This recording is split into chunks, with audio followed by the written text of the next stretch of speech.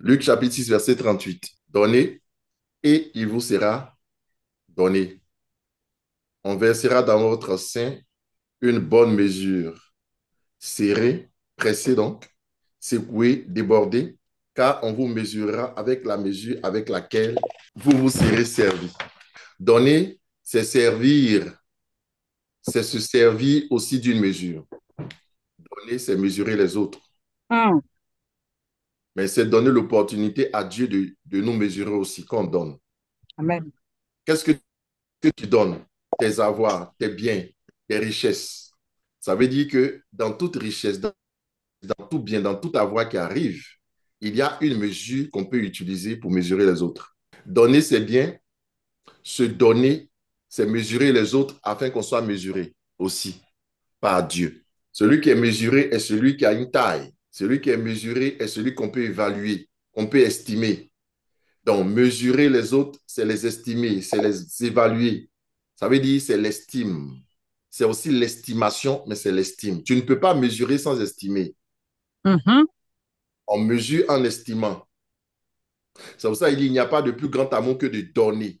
Car dans le donner, on mesure l'amour, on estime. L'amour, donc, mesure. L'amour, estime.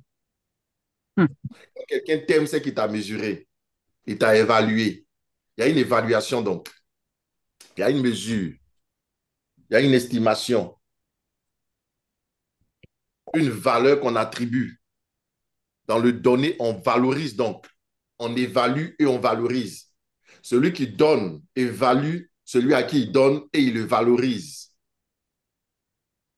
Je répète, celui qui donne évalue celui à qui il donne.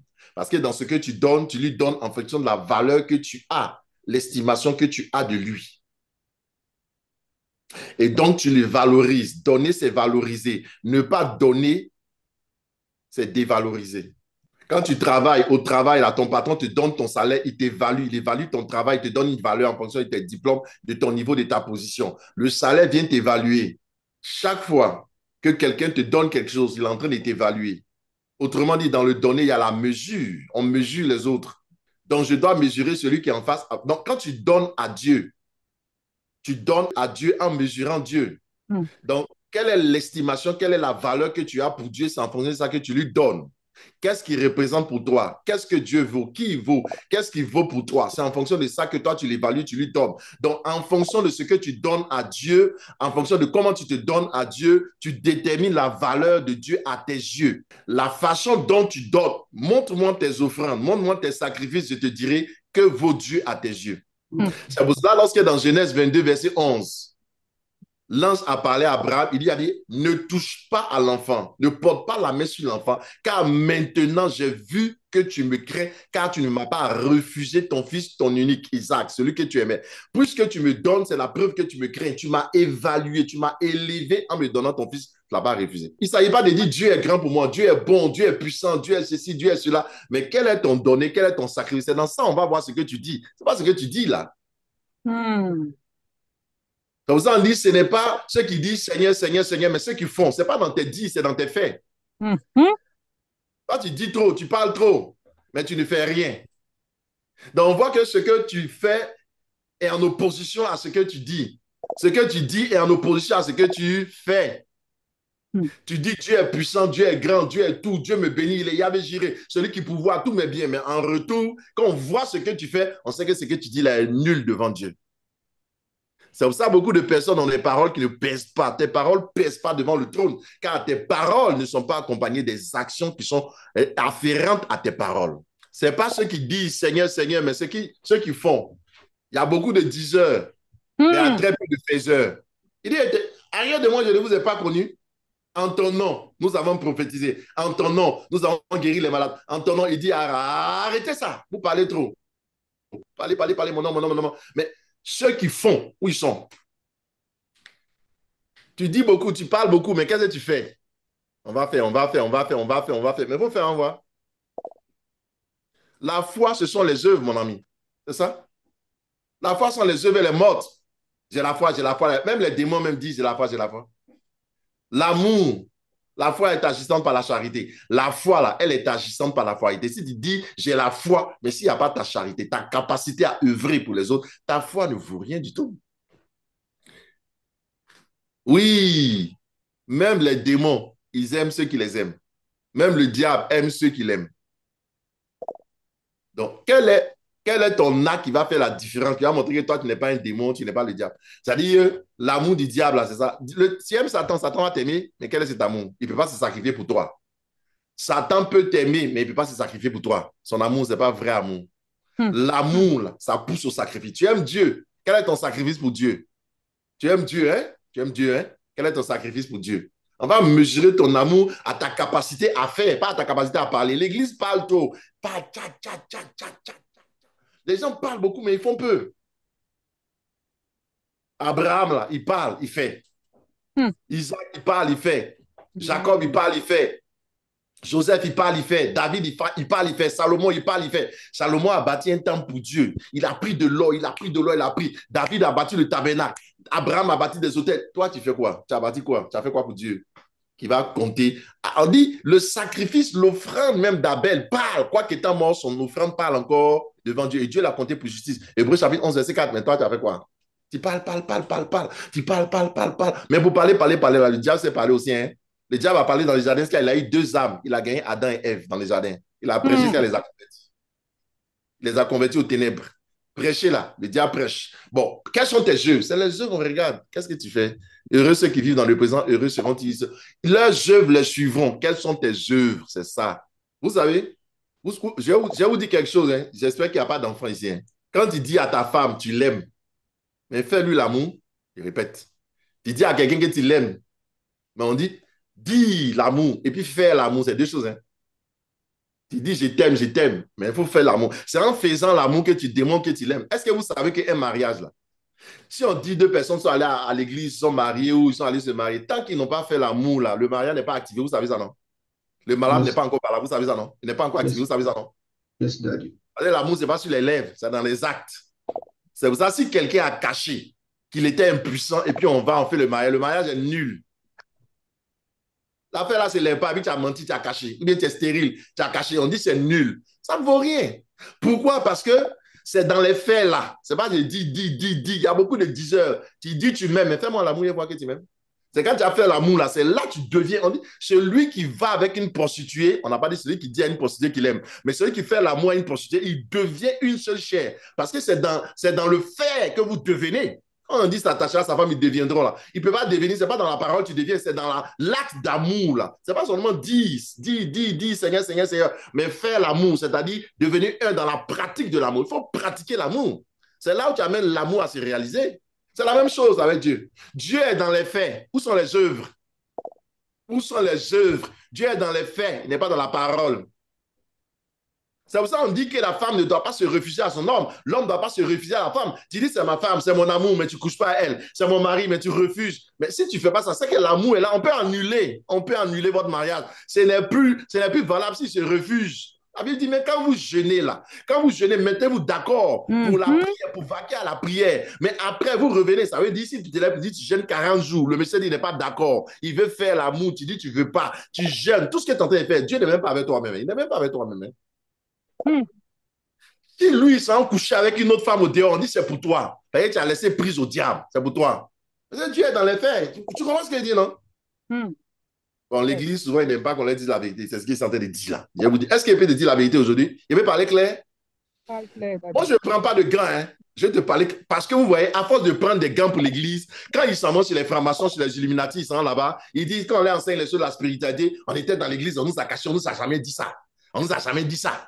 Hein? On ne parle pas d'affaires de sexualité dans l'église, mais quand ils sont sur Facebook, là, quand ils sont sur Facebook et puis sur YouTube, là, ils sont écouter les codes des motivations qui parlent de ceci, de faire l'amour, de coucher, de faire ça. Avec les principes, ils sont pas dans le royaume, ils sont écouter tes kaki, tes narines pour écouter ça, tes kaki, tes yeux pour aller du tout. Les gens qui parlent de Bangala, qui parlent de ceci, de cela. Mais ça, si quelqu'un brûle d'envie qui se marie, on brûle d'envie parce qu'on se marie. Donc, dans l'église, il y a des choses, on doit commencer à dire maintenant, parce que vous, là, quand on ne vous dit pas les choses, là, vous dites non, non, non, non, non, non.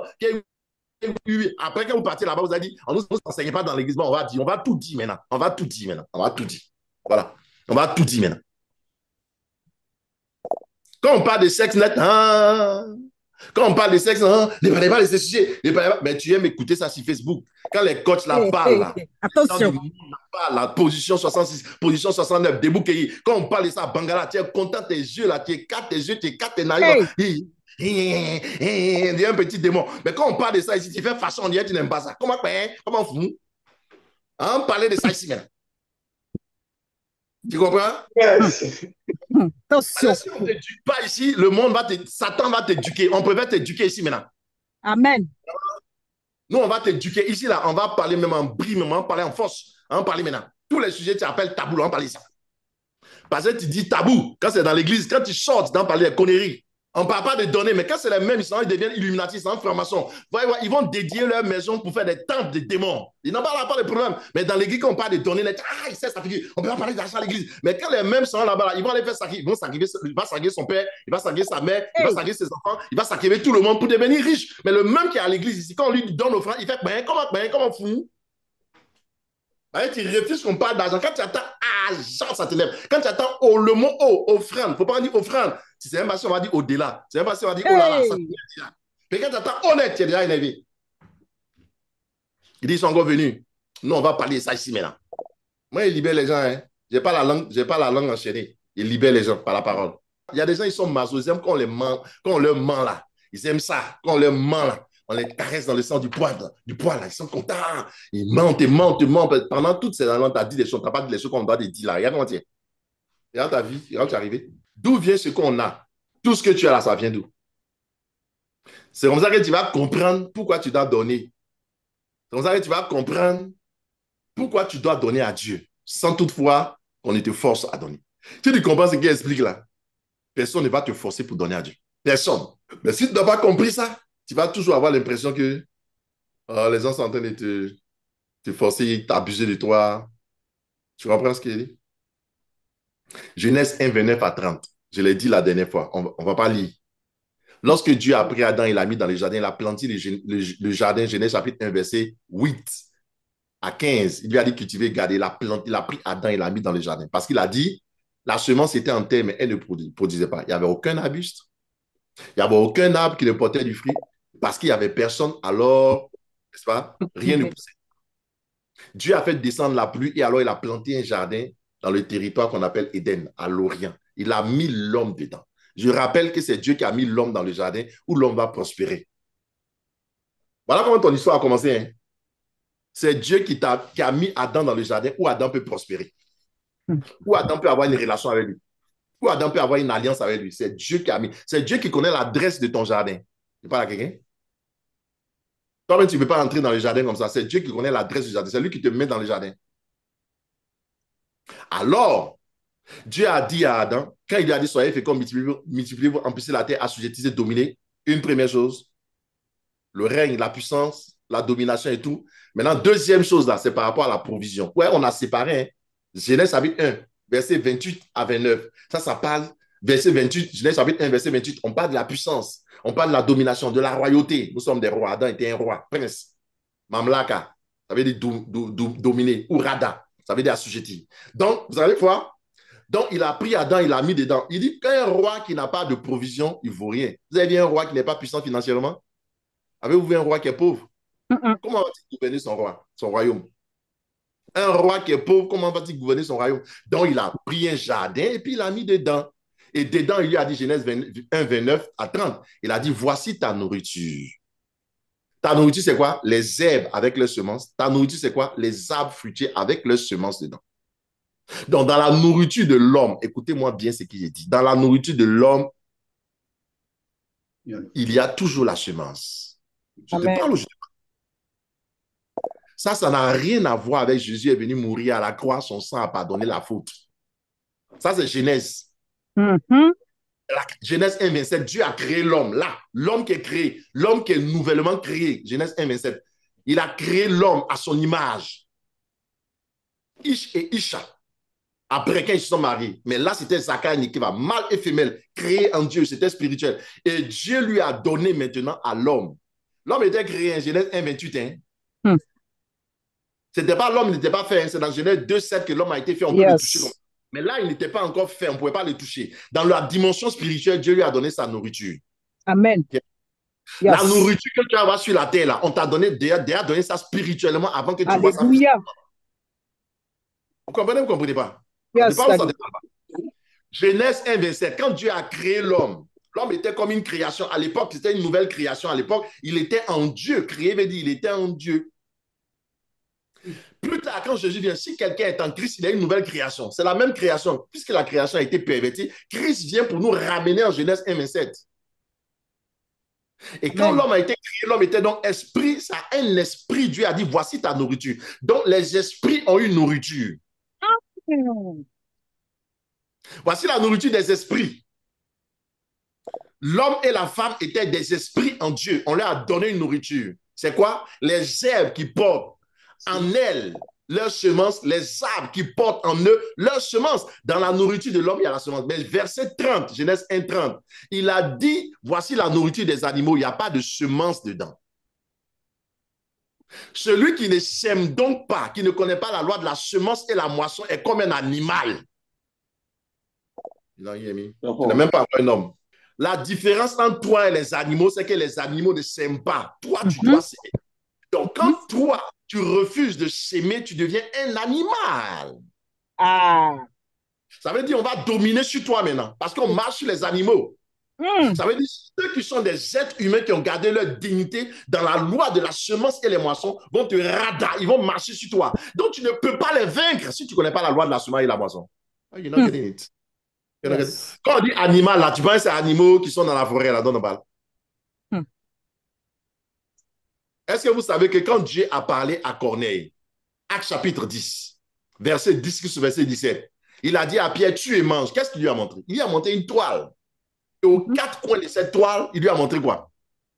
Des animaux, des quadrupèdes, des reptiles et tout ça. Et il a dit, ça c'est quoi ça? Tu et mange. Ça veut dire, va vers Corneille. Ça représente Corneille, les païens. C'est les animaux impurs. Hey. Parce que l'Israël représente les animaux purs. Mais les autres, Yes. sont des animaux impurs parce qu'ils n'ont pas Dieu. Mais les animaux impurs, là, ce sont des hommes. Les hommes sont des animaux impurs dans le monde spirituel. Ceux Yes. qui ne connaissent pas Dieu sont des animaux impurs. Le bouc, les rebelles, okay? Le porc, les impurs. On ne prend pas les perles précieuses pour donner à des porcs. Sinon, il va piétiner les perles précieuses, il va te déchirer. Quand on parle des porcs dans la Bible, ce sont des hommes. Yes. Yes. Or, ces animaux-là, ils ne sèment pas. Les oiseaux ne sèment ni ne moissonnent, a dit Jésus. Matthieu 6. Les oiseaux ne sèment ni ne moissonnent. Les animaux ne sèment pas. Parce que dans leur nourriture, il n'y a pas la semence. Ils ne sont pas tenus de s'aimer. Ça veut dire que quand tu ne sèmes pas pour moissonner, tu ne connais pas la loi de la semence, tu es comme un animal. Or, l'animal, là, on domine sur lui, c'est-à-dire il rampe. Tu rampes. Tu es un oiseau, tu seras saisonnier. Les oiseaux se déplacent en fonction de la saison. C'est-à-dire quand il y a du blé ici, ils s'en vont. La saison change. Il y a une autre blé ailleurs, ils s'en vont. Il y a du riz ailleurs, ils s'en vont. Tu seras comme un oiseau. Il y a beaucoup de personnes qui sont dans l'église, sont comme des royaux. Ils sont des oiseaux. C'est-à-dire aujourd'hui, là, c'est failli, t'es venu, ton entreprise est brisée. Tu t'en vas ailleurs. On te délocalise. Tu t'en vas ici. On te chasse. Tu t'en vas ici. Instabilité, c'est ça l'oiseau. Tu sautes, sautes, sautes, sautes, sautes. Tu es un oiseau. Pareil, tu ne connais pas. Tant que tu ne connaîtras pas la loi de la semence et de la moisson, tu es dans la peau d'un homme, mais tu es comme un oiseau. Amen. Tu comprends? Ou bien tu es comme un animal, tu ne sèmes pas. On va marcher sur toi, on va dominer sur toi. On va dominer sur les oiseaux, on va dominer sur les animaux, les reptiles. Tu es comme un reptile. You hear me? Il faut que tu sois d'un niveau élevé comme l'homme. L'homme, il a sa dignité. La dignité de l'homme, c'est la semence. C'est pour ça qu'on dit le semeur est sorti semer. Comment on appelait Jésus? Il s'est appelé le semeur, non? Yes. Le semeur est sorti semer. Il parle de lui-même. Tu as son image. Donc, tu dois être un semeur. Alléluia. Zacharie chapitre 10, verset 1. Tout ce que Dieu te donne spirituellement, ça vient dans ta vie comme une sorte d'herbe ou bien d'arbre fruitier.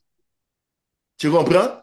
Tout ce que tu vas recevoir dans ta vie là, ça apparaît comme ça vient des herbes ou ça vient des arbres fruitiers. C'est pour ça qu'il dit votre nourriture sera quoi? Les herbes avec leurs semences ou les arbres avec leurs fruits, les arbres fruitiers avec leurs semences à l'intérieur. C'est ça ta nourriture. Ta nourriture, c'est fait d'herbes et c'est fait quoi? D'arbres. C'est pour ça qu'on nous appelle les brebis, parce que les brebis mangent les herbes. Demandez à l'Éternel la pluie du printemps. L'Éternel produira des éclairs et il vous enverra une abondante pluie. Il donnera à chacun de l'herbe pour son champ. Comment, à qui il parle? Ce n'est pas à des hommes? Si. Je donnerai à chacun de l'herbe pour son champ. C'est-à-dire l'herbe, là, c'est ce que vous allez avoir comme nourriture. Quand nous sommes des brebis, les brebis vont, ils mangent les herbes. Les herbes et les arbres fruitiers représentent tout ce dont tu as besoin. You hear me? Get it? You hear me? Yes. L'Éternel est mon berger, je ne manquerai de rien. Il me conduit vers quoi? Le vert pâturage.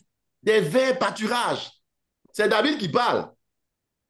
Si on dit nous sommes des brebis, l'Éternel est mon berger, nous sommes des brebis, il nous conduit vers des verts pâturages. Les verts pâturages, c'est notre nourriture, c'est fait de quoi? D'herbes et d'arbres. C'est ça notre nourriture. Autrement dit, tout ce dont tu as besoin, enfant, au travail, au mariage, au tout, nourriture, tout ça, on appelle ça vert pâturage.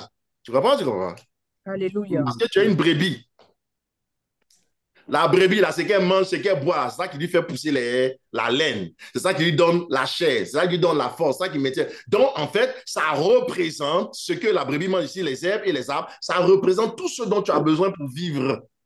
Regardez, ça sort de la terre. Amen. Ça sort de la terre. Ça vient de Dieu, mais ça sort de la terre. Est-ce que je peux bien parler? Vous allez comprendre ce que je dis. Mais qu'est-ce qui fait sortir l'air de la terre? Regardez, Zacharie chapitre 10, verset 1 a dit quoi? Qu'est-ce qui sort de la terre? C'est les herbes. Mais qu'est-ce qui fait sortir? Après quoi ça sort de la terre? La pluie abondante. La pluie abondante.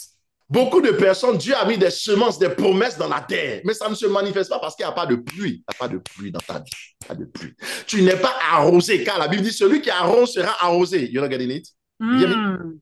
Ton problème, Dieu a mis des promesses dans la terre, dans ta terre. Mais ces promesses, ces semences-là, qui doivent produire des choses dans ta vie, ne se manifestent pas parce qu'aucune pluie n'est tombée. Pourquoi la pluie ne tombe pas? Parce que toi, tu ne sais pas arroser le ciel. La vapeur doit se lever de terre d'abord. C'est comme ça que la pluie descend. Genèse chapitre 2, verset 5.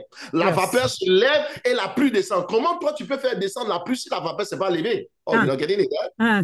Ton problème, il y a beaucoup de choses en toi, beaucoup de promesses, d'être élevé, d'avoir la promotion, d'avoir la prospérité, d'avoir la domination, tout ce que tu imagines. Mais ça, c'est comme dans la terre, c'est comme des semences dans la terre. Ça ne peut pas sortir, ça ne peut pas germer parce qu'il n'y a pas de pluie qui arrose ta terre.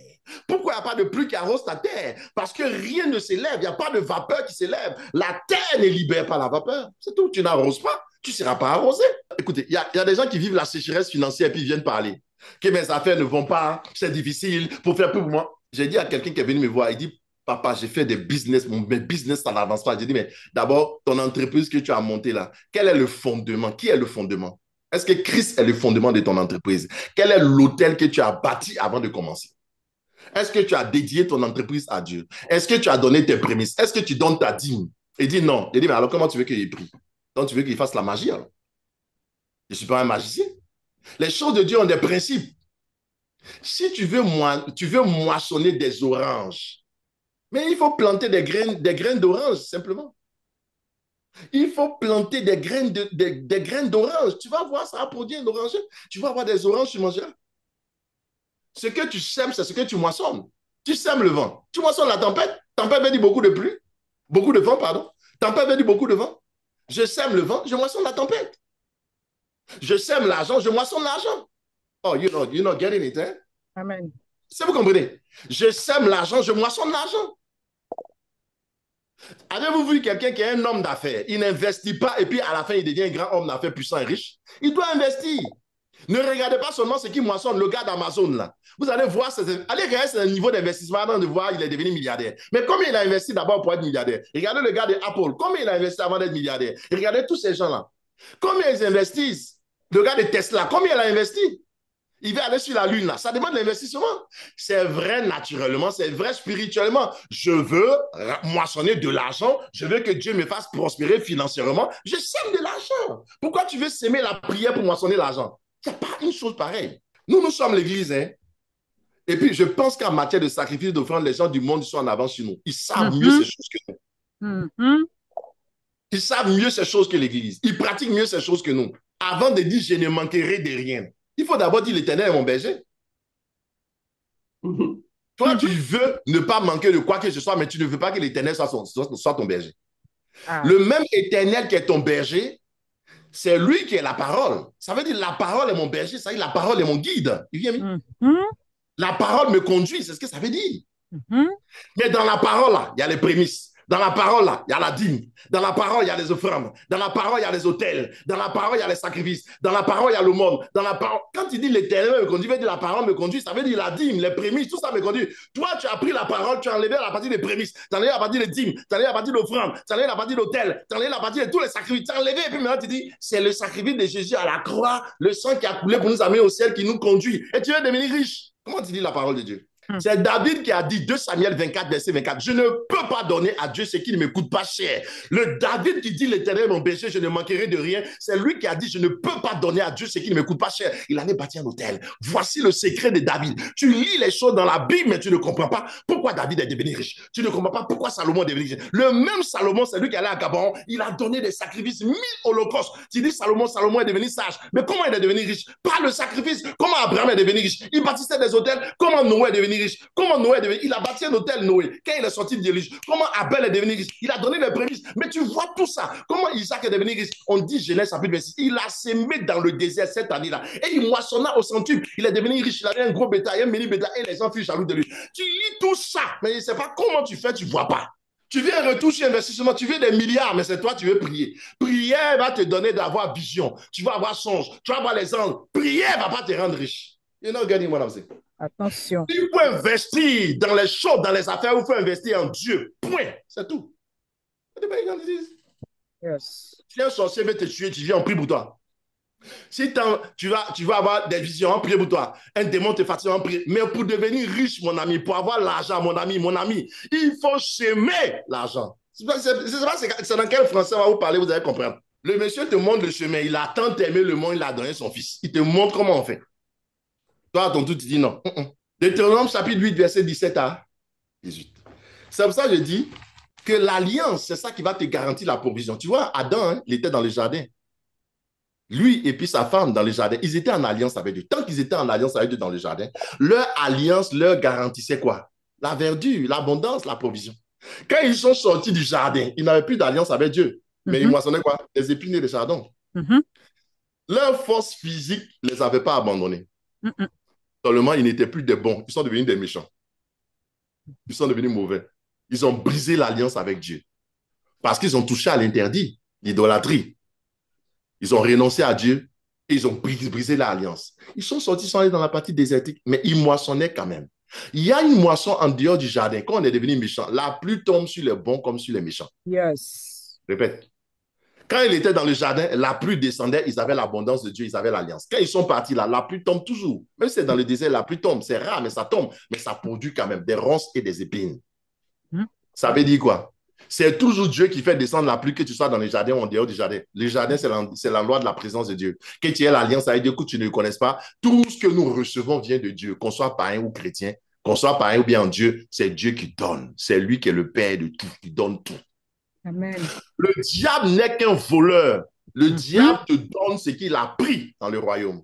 Si tu vois quelqu'un dit j'ai reçu du diable, mais le diable a reçu de qui? Du royaume? Du royaume, ça vient d'où? De Dieu? C'est tout. Amen. Si le diable dit à Jésus, prosterne-toi, tous ces royaumes-là, il peut te donner. Oui, il peut donner, mais parce qu'Adam lui a troqué ça. Ça vient du royaume. Yes. Donc ça, même les sciences, on dit toutes les sciences même viennent d'où? Toutes les sciences viennent de Sion. Les sciences des Chaldéens, de Babylone, tout ça, ça vient de Sion. Le psaume dit ça. Parce que c'est un ange de lumière, sa connaissance vient d'où? C'est parce qu'il était auprès du Père, il mettait le sceau à perfection. C'est là-bas qu'il est sorti à tous ces principes, tout ça là. Le diable, c'est un voleur. Un voleur n'a pas de bien. Il vole pour aller emmagasiner dans sa caverne d'Ali Baba. Et puis quand il va, il te redonne ce qu'il a pris chez toi. C'est tout. Il ne peut rien créer. Satan ne peut rien créer. Il n'est pas le créateur. C'est Dieu qui est la source du bien. Genèse 3, 17. La terre sera maudite à cause de toi. Maintenant, quand tu vas planter, vous voyez, la raison pour laquelle il y a un problème, c'est que la terre est maudite pour beaucoup de personnes. Si ta terre est maudite, c'est que Dieu veut te donner de domper. Osée chapitre 2, verset 21 à 22. En ce jour-là, j'exaucerai, dit l'Éternel, j'exaucerai les cieux et ils exauceront la terre. La terre exaucera le J'exaucerai blé. quoi? J'exaucerai quoi? Les cieux. cieux. Et les cieux exauceront quoi? La terre. La terre. Et la terre exaucerait quoi? Le blé. Le blé. Le mou. Ensuite, le mou. Et l'huile. Et l'huile. Et ils exauceront Gisraël. L'huile et le mou, l'huile exauceront qui? Gisraël. Regardez. Toi, tu es Gisraël. Tu es en train de prier, tu es à l'église. J'Israël veut dire champ de semence. Nous sommes le champ du Seigneur où on met la semence. C'est nous, J'Israël. Tu pries, tu demandes à Dieu de t'exaucer. Dieu va exaucer quoi d'abord? Les cieux. Regardez comment ça se fait. Hein? Dieu exauce d'abord les cieux. C'est Dieu qui parle ici. Hein? C'est Dieu qui nous montre. Écoutez bien comment Dieu fait les choses. Dieu exauce d'abord quoi? Les cieux. Les cieux. Ensuite, les cieux exaucent quoi? La terre. La terre. La terre exauce quoi maintenant? Le blé, le mou, c'est-à-dire le vin nouveau, et puis l'huile. Et puis le blé, le vin nouveau, c'est-à-dire le mou, et l'huile exauce quoi? Toi. Autrement dit, ton exaucement viendra de la terre. Viens, mi? L'origine, ça vient de Dieu. Ça passe par les cieux. Ça arrive dans la terre. Et ça passe dans quoi? Le blé, le vin nouveau, l'huile, avant que tu sois exaucé. Autrement dit, si le blé, le vin nouveau et l'huile peuvent t'exaucer, c'est qu'ils ont une capacité d'exaucement. Ça veut dire quand on prie, là, ils entendent. Non seulement ils entendent, mais ils ont la capacité de t'exaucer. Je parle à quelqu'un? Ça veut dire quand tu pries, là, la terre peut entendre et la terre a la capacité d'exaucer. Le ciel peut entendre et t'exaucer. Bon, ça veut dire quoi en clair? Ça veut dire que quand tu demandes, Dieu veut te donner quelque chose là. Si Dieu a exaucé le ciel, ça commence. Mais si Dieu n'a pas exaucé le ciel, tu ne peux rien recevoir sur la terre. Yes. Quand tu pries, si Dieu n'a pas exaucé le ciel pour toi, si Dieu n'a pas exaucé ton ciel, tu ne peux rien recevoir. Quand Dieu a exaucé le ciel, il faut que le ciel exauce la terre. C'est une question d'autorité. Ça veut dire que la terre demande. Qui peut être exaucé? Celui qui a demandé. Celui qui a une demande. Donc la terre fait des demandes. Le ciel demande des choses à Dieu. Le blé, le mou, l'huile demandent des choses à la terre. Et toi aussi, tu demandes des choses au blé, au mou et à l'huile. OK? C'est une chaîne d'exaucement. Maintenant, écoutez-moi bien. Si cette chaîne-là, elle est interrompue à un niveau, tu n'es pas exaucé. Si tu as un problème avec Dieu, tu n'es pas exaucé. Si tu as un problème avec les cieux, du genre les anges qui sont là-bas, tu n'es pas exaucé. Si tu as un problème avec la terre, comme Adam, la terre était maudite, tu n'es pas exaucé. Ce n'est pas que Dieu peut prendre la décision au ciel. Il peut exaucer les cieux, mais la terre a un problème avec toi. Parce que sur toi, la terre a été maudite. Tu comprends ce qu'il dit? Il y a des gens, il faut intervenir au niveau de la terre parce que la terre a été maudite. On a versé les boissons, on a tué quelqu'un, on a versé le sang innocent. La terre refuse de te donner ce que toi, tu dois avoir. Il y a des gens, ce n'est pas la terre, mais c'est ce qui est sorti là. C'est le blé, c'est le vin, c'est le mou qui refuse de t'exaucer. Donc, les choses ne sont pas que spirituelles. Voir les choses en haut comme ça dépend de Dieu, directement du ciel. Il faut que ça passe par la terre. C'est pour ça que quand on doit te payer là, tout passe par quelqu'un. La terre, c'est l'homme. On a fait l'homme à partir de la terre. C'est pour cela que c'est les systèmes terrestres qui vont t'exaucer. Quand Dieu prophétise, on donne une prophétie à ta vie pour dire que toi, tu vas être élevé, tu vas prospérer, forcément, l'argent va venir de quelque part. Ça va passer par la terre. Regardez, c'est quoi ça? Ça peut être un homme qui va venir te donner, une femme qui te rencontre, quelque chose qui va venir, quelqu'un qui te paye. Il faut la terre. Dieu veut faire, il travaille à la terre, il travaille les cieux, les anges, il travaille aussi à la terre. C'est une chaîne pour t'exaucer. Quand on parle du blé, on parle de la provision. Quand on parle du mou, on parle du vin nouveau. Quand on parle de l'huile, on parle de l'onction. Quand on parle du blé, on parle de la provision du pain. C'est le blé, on fait le pain, c'est pas ça? Quand on parle du mou, là, c'est le vin nouveau. Le vin nouveau. On n'a pas dit vin ancien. C'est pour ça qu'on n'a pas dit le vin ici. On parle du vin nouveau. Écoutez-moi, pourquoi on a dit vin nouveau? Pourquoi on a dit mou ici? Je vais vous expliquer pourquoi on a dit le mou. Pourquoi on a dit vin nouveau? On parle de vin qui est nouveau. Ça veut dire qu'il y avait un vin qui était ancien. Il y a un vin qui est nouveau. Donc, on renouvelle le vin. Un vin nouveau. On renouvelle le vin ici. Et ensuite, il y a de l'huile. On ne peut pas parler de vin si on ne parle pas de vigne. S'il y a le vin, c'est qu'il y a la vigne. Le mou, c'est le vin nouveau. Vin nouveau veut dire c'est sorti d'une vigne. Comment ça sort d'une vigne? C'est que la vigne a été pressée. Gethsemane, c'est quoi? C'est le jardin de pressoir. Ça veut dire pressoir, Gethsemane. Mais jardin des oliviers. Il n'y a pas que des oliviers au jardin. Il y a aussi des olives. Mhm. Il n'y a pas que des oliviers, il y a aussi de la vigne. Dans le jardin d'olivier, il y a aussi de la vigne là-bas. Ce sont des arbres. Les oliviers sont dominants, mais aussi la vigne. Autrement dit, la vigne produit le vin. Quand il a levé la coupe de douleur, il y avait le sang. Parce que le sang, c'est le vin. Donc, il y avait une vigne dans Gethsémani. C'est parce qu'on a pressé la vigne à Gethsémani, pressoir, sa sueur est devenue quoi? Du sang. C'est ça, le vin et la vigne qui était là à Gethsémani. L'onction, c'est l'approbation de Dieu. C'est qui consacre, qui oint les choses, qui consacre les choses. Mais la vigne vient de quoi? Du vin. Ça vient du vin, ça vient de, on parle du raisin ou bien de la vigne. Le raisin ou la vigne, c'est ça qui produit le vin à partir d'une pression. Mais on parle de vin nouveau. Donc, il y a une pression de la vigne. Vous comprenez ça? Yes, Autrement dit, à quel moment le vin nouveau coule? À quel moment le vin nouveau coule? On parle ici de blé qui fait le pain. Le pain, c'est quoi? Le pain, c'est ta nourriture. Le pain, c'est ta nourriture. Le pain veut dire nourriture. Le blé, ça en fait le pain. Le pain, c'est-à-dire ce que tu manges. Mhm. Ta nourriture, c'est quoi? C'est l'herbe. Ta Yes. nourriture, ce sont les arbres fruitiers. On l'a vu, Genèse 1, 9. Ta nourriture, là, ce sont les arbres fruitiers et ce sont les herbes. C'est ça ta nourriture. Mais le blé, là, ça fait partie des herbes. La vigne, là, ça fait partie. Donc, on est en train de te parler de ce qui produit ta nourriture. C'est ça. D'accord? Mhm. C'est avec moi? Yes, 2 Corinthiens chapitre 9, verset 10. 2 Corinthiens chapitre 9, verset 10. 2 Corinthiens chapitre 9, verset 10. Celui qui fournit de la semence au semeur et du Celui qui pain fournit, Dieu fournit quoi? La semence. au semeur. Qui fournit la semence? Dieu. C'est Dieu. Et pourquoi tu as peur de s'aimer? Tu as peur de s'aimer comme si c'était toi qui fournissais la semence. Il fournit la semence à qui? Au semeur. Est-ce qu'on a dit à tout le monde? Non, à celui qui sème. La raison pour laquelle beaucoup de personnes n'ont pas de semence, c'est parce qu'ils sont pas constitués en semeurs. You're not getting it. Dans la maison de Dieu, tout le monde n'est pas semeur. C'est ça. You hear me? Jésus a dit, le semeur est sorti s'aimer. Mais il part comme un semeur, il revient comme un moissonneur. Jésus est venu sur la terre comme un semeur. Il a passé son temps à s'aimer, prêcher la parole. Il part, quand il reviendra, il viendra pour le temps de la moisson de la fin. You hear me? Yes. Donc, tu ne peux pas être un moissonneur si tu n'as pas été un semeur. Claire. Je n'ai pas dit que tu ne peux pas moissonner si tu n'as pas semé. C'est pas ce que je dis. Tu ne peux pas être un moissonneur si tu n'as pas été semeur. C'est le moissonneur qui a d'abord été le semeur. C'est celui qui a sémé qui moissonne ensuite. Mais on ne dit pas qu'il donne le pain, il donne la semence à celui qui sème. Il ne donne pas la semence à celui qui sème, mais il donne la semence à celui qui est semeur. Il y a une différence entre celui qui sème et celui qui est un semeur. Je dis, la semence, là, Dieu la donne au semeur, pas à celui qui sème. Dieu donne la semence au semeur, mais pas à celui qui sème. Celui qui sème, sème occasionnellement.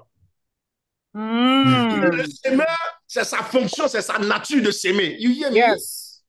Si ta nature devient semeur, si c'est ton métier de s'aimer, si c'est ta profession de s'aimer, si toi c'est ta vie de s'aimer, tu ne manqueras jamais de semences. Amen.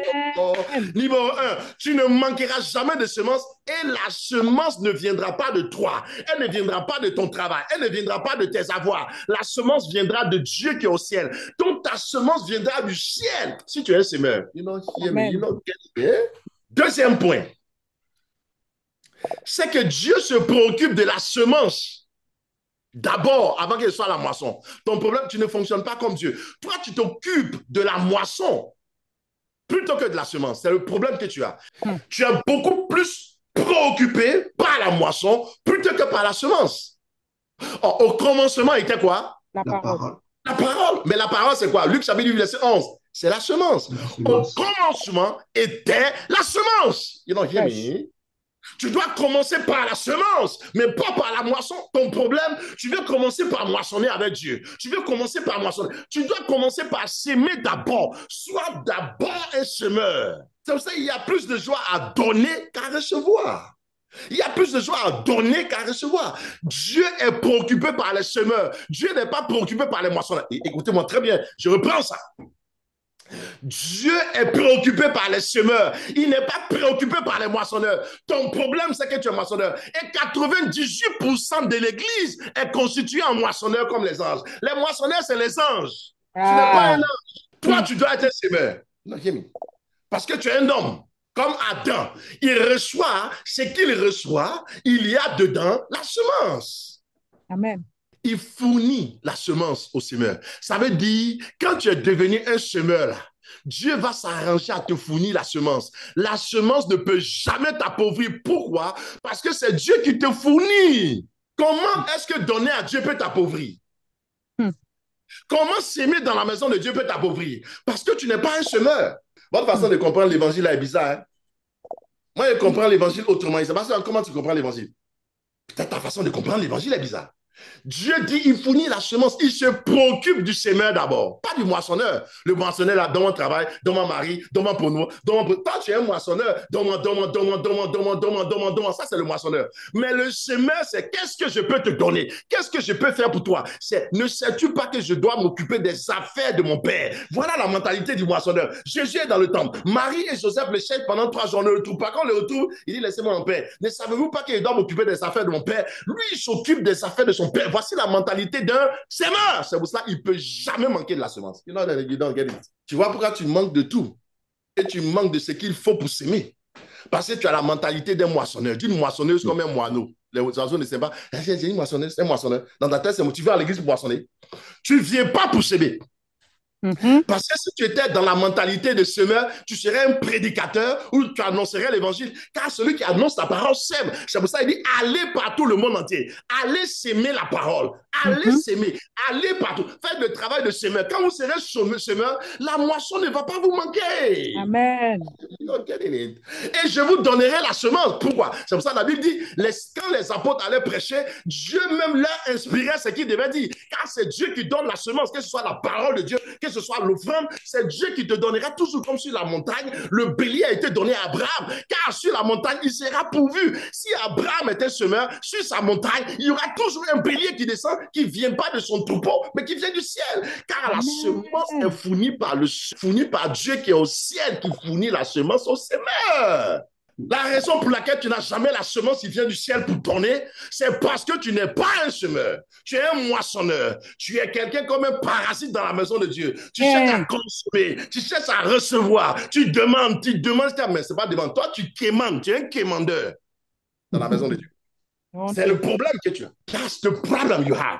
Je te dis ton problème. Et si tu fonctionnes toujours comme ça, tu auras toujours les mêmes résultats. Je te dis ça, hein. Tu vas avoir toujours le même résultat. Si tu veux écouter les théologies bizarres, tu écoutes là. Et puis tu viens, tu racontes, non, on a dit que si vous avez créé pas, on parle d'offrande, Dieu n'est pas dedans. Il faut écouter ça ensemble. Des prédications bêtises à la con. Excusez-moi, en guillemets. Je suis fâché comme ces gars-là. Hein. Ils détruisent l'église avec leur faux message. Il fournit la semence aux semeurs. C'est-à-dire, Dieu aime les semeurs. Dieu aime ceux qui s'aiment. Pourquoi toi, tu n'aimes pas les gens qui s'aiment? Pourquoi tu n'aimes pas s'aimer? Pourquoi tu n'es pas semeur? Parce que tu retiens ce que tu as. Tu es un moissonneur. Tu as la mentalité des moissonneurs. Le moissonneur aime regarder. Il aime garder dans le grenier. Le semeur aime sortir du grenier. Vous voyez, quand le temps des semailles arrive, le temps, il sort le blé. Il sort ce qu'il a du grenier et il va semer. Parce que le semeur, sa mentalité, c'est de sortir pour mettre dans le champ. Mais le moissonneur, c'est de faire rentrer. Toi, tu fais rentrer l'argent sur toi, mais tu ne veux pas sortir parce que tu as la mentalité des moissonneurs. C'est ça même. Et tu dis, mais pourquoi Dieu me donne sa main? C'est compliqué. Mais il ne peut pas te fournir, car lui, il fournit la semence au semeur, pas au moissonneur. Ésaïe 55, verset 10 à 11. Dans l'église, il n'y a plus de semeurs. Vous voyez? Pour ne même pas donner à l'église, pour ne même pas investir dans l'œuvre de Dieu, quand tu lui demandes, il dit, mon ministère, c'est de faire la charité. C'est de faire la charité. Je donne aux pauvres. Il ment, un menteur. Quand tu lui demandes combien de pauvres tu as donné, il dit, oui, il a donné, on avait fait opération balai, on a balayé devant la cour des gens. Balai coûte combien? Son opération balai, il appelle œuvre de charité. On a donné les habits, les petits tricots, il a donné, c'est ça, il a fait grande œuvre. Hein. Mais quand il parle, on dirait qu'il a construit orphelinat. Des menteurs. Il trouve des arguments. On dit, veut s'aimer dans la maison, essayer. Moi, ici, dans le monde, c'est faux, tu n'es pas dans le monde. Tu es un menteur. Et quand il vient de faire ça, il prend une photo, il s'en met sur Facebook pour chercher l'argent.